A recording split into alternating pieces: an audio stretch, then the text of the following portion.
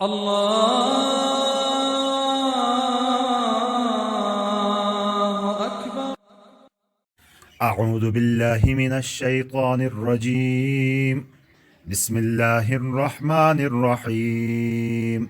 واتبعوا ما تتلو الشياطين على ملك سليمان وما كفر سليمان ولكن الشياطين كفروا يعلمون الناس السحر وما أنزل على الملكين ببابل هاروت وماروت وما يعلمان من أحد حتى يقولا إنما نحن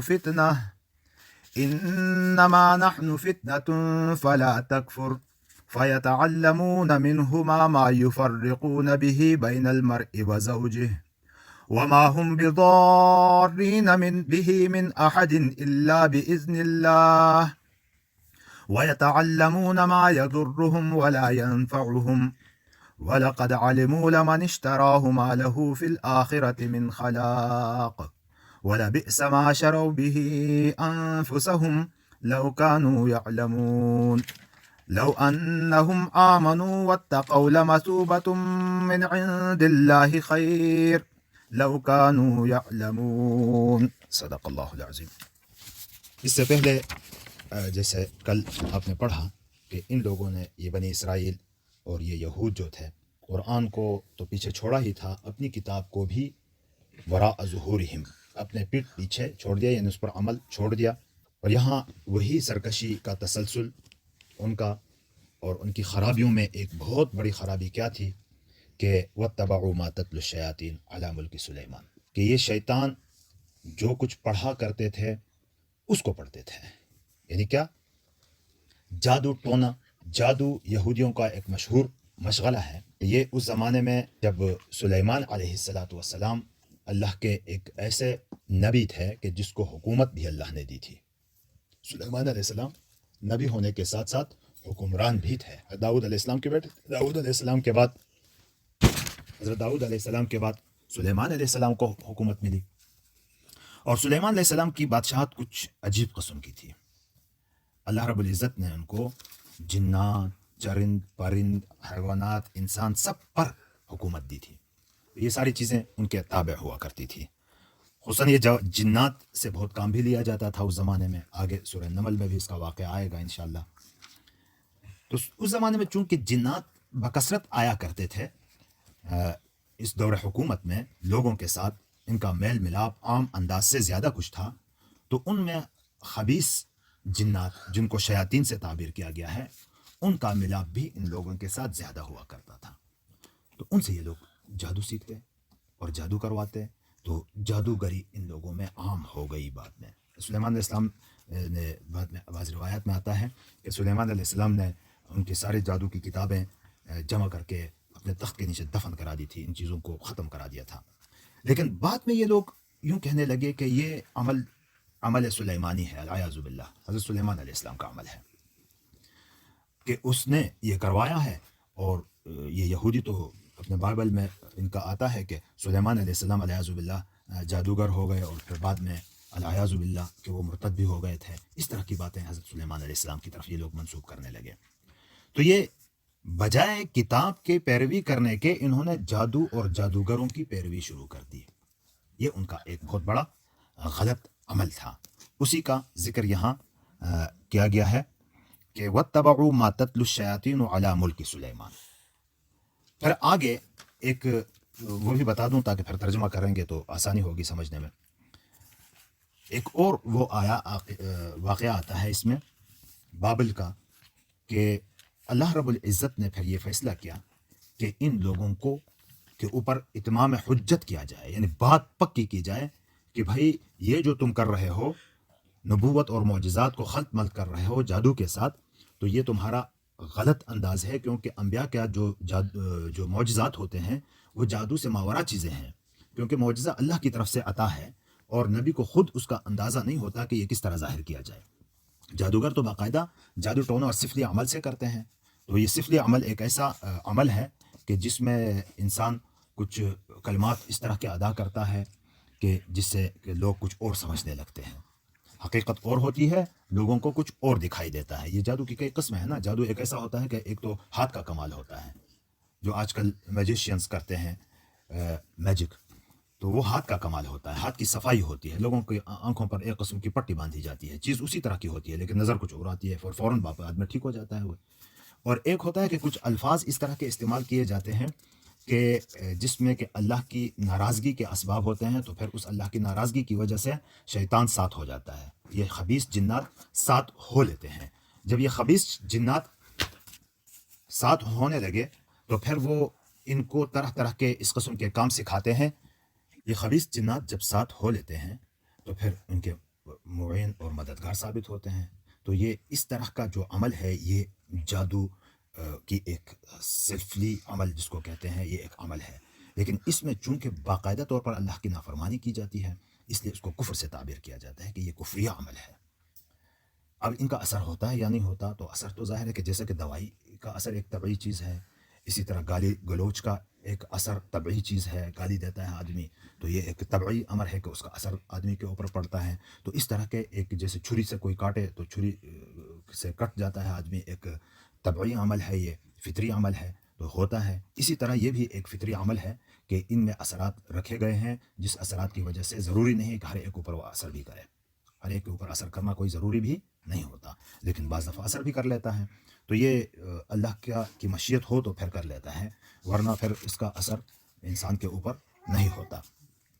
تو اس چیز کو سمجھانے کے لیے اس جادو کا عمل چونکہ نبوت کے اس کے ساتھ انہوں نے مشتبہ کر رکھا تھا، معجزات کے ساتھ، تو اس کو سمجھانے کے لیے اللہ تبارک و تعالیٰ نے پھر بابل شہر میں 2 فرشتے اتارے، جس نے باقاعدہ آ کر لوگوں کو بتا دیا کہ بھائی جادو اس طرح کا کام ہے اور اس سے یہ نقصانات ہوتے ہیں، یہ کفریہ کام ہے، یہ برا کام ہے، لہٰذا اس سے بچا جائے۔ تو جادو کس طرح کا ہوتا ہے، اس جادو کا پورا طریقہ کار بھی وہ بتاتے تھے۔ تو اس طریقہ کار کو بتانے کے بعد پھر یہ بھی بتاتے تھے کہ بھائی یہ جو عمل ہے یہ کفریہ عمل ہے، اور ہم جو اترے ہیں تو ہمارا یہ کام ایک قسم کی آزمائش اور فتنہ ہے، ایک آزمائش ہے، لہٰذا اس سے بچ کے رہو۔ آزمائش تو اللہ کی ہوتی ہے نا، گناہ کا موقع بھی ہوتا ہے، نیکی کا موقع، دونوں مواقع مہیا کیے جاتے ہیں۔ فمنہم کافر ومنکم مومن، کوئی مومن ہو جاتا ہے، کوئی کافر ہو جاتا ہے، اور کوئی اس گناہ کا ارتکاب کر لیتا ہے، کوئی اس گناہ کو چھوڑ دیتا ہے۔ تو یہاں بھی ایک قسم کی آزمائش تھی، یہ ان فرشتوں کا یہ بتانا، ہاروت اور ماروت کا یہ بتانا، یہ بھی ایک آزمائش تھی۔ اور اس آزمائش پر کوئی وہ کہہ بھی دیتے تھے کہ یہ آزمائش ہے، تو بعض لوگوں کو تو ایسے نکل آئے کہ جنہوں نے اس سے پرہیز کیا، اور کچھ لوگ اس میں مبتلا ہو گئے، تو یہ بنی اسرائیل جو ہے اس میں مبتلا ہو گئے۔ اب یہ بتانا چونکہ لوگوں کو ضروری تھا تاکہ یہ اشتباہ نہ ہو جائے کہ معجزہ کوئی اور چیز ہے اور جادو کوئی اور چیز ہے۔ انبیاء کے ذریعے کیوں نہیں بتایا گیا؟ تو انبیاء کے ذریعے اس لیے نہیں بتایا گیا کہ بھائی اس میں چونکہ کفریہ الفاظ بھی استعمال ہوتے تھے اور کچھ اس قسم کی باتیں اس میں شامل ہوتی تھی جو کہ مناسب نہیں تھی، تو انبیاء علیہ السلام بڑی پاکیزہ ہستیاں ہوتی ہیں، اس لیے ان کے ذریعے نہیں بتایا گیا۔ اور چونکہ وہ ایک انبیاء ایک قسم کے فریق بھی تھے یہاں کہ انبیاء کے مقابلے میں اس چیز کو پیش کیا جاتا تھا، خود انبیاء ہی بتاتے تو پھر اتنی صفائی نہ ہوتی، اس لیے اللہ تبارک و تعالیٰ نے دوسری مخلوق کو اس کے لیے منتخب کیا۔ اب یہ کون تھے یہ فرشتے اور کون سا زمانہ تھا؟ تو بظاہر یہ معلوم ہوتا ہے کہ یہ سلیمان علیہ السلام کے بعد کا زمانہ تھا، جب لوگ مبتلا ہو گئے تھے، یہ بنی اسرائیل جادو ٹونے کے اعمال میں مبتلا ہو گئے تھے، بعد کا زمانہ تھا۔ تو یہ کون سا زمانہ تھا حقیقی طور پر تعینی طور پر پتہ نہیں ہے، لیکن یہاں جو لفظ استعمال ہوا بابل عراق کو کہا جاتا تھا، اور عراق ایک مشہور ملک تھا اس زمانے میں۔ بخت نصر نے یہیں سے پھر حملہ کیا تھا ان لوگوں کے اوپر، اس کی بادشاہت بھی یہاں تھی، اور بعد نمرود جو تھا وہ بھی یہاں کا بادشاہ تھا، حضرت ابراہیم علیہ السلام یہیں سے مبعوث ہوئے تھے۔ تو یہ وہ علاقہ ہے، اور یہاں 2 فرشتوں کو اللہ نے اتارا تھا، ہاروت اور ماروت، یہ 2 فرشتوں کا نام تھا، انسانی شکل میں ان کو اتارا گیا تھا۔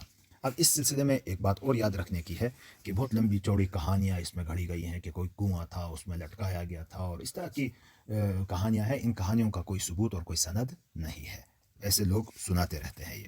اب ذرا ترجمے کی طرف دیکھیں، جو ضروری باتیں رہ گئی تو ترجمے کے دوران آ جائیں گی انشاءاللہ تعالیٰ، تو ترجمے کی طرف ذرا توجہ دے دیں۔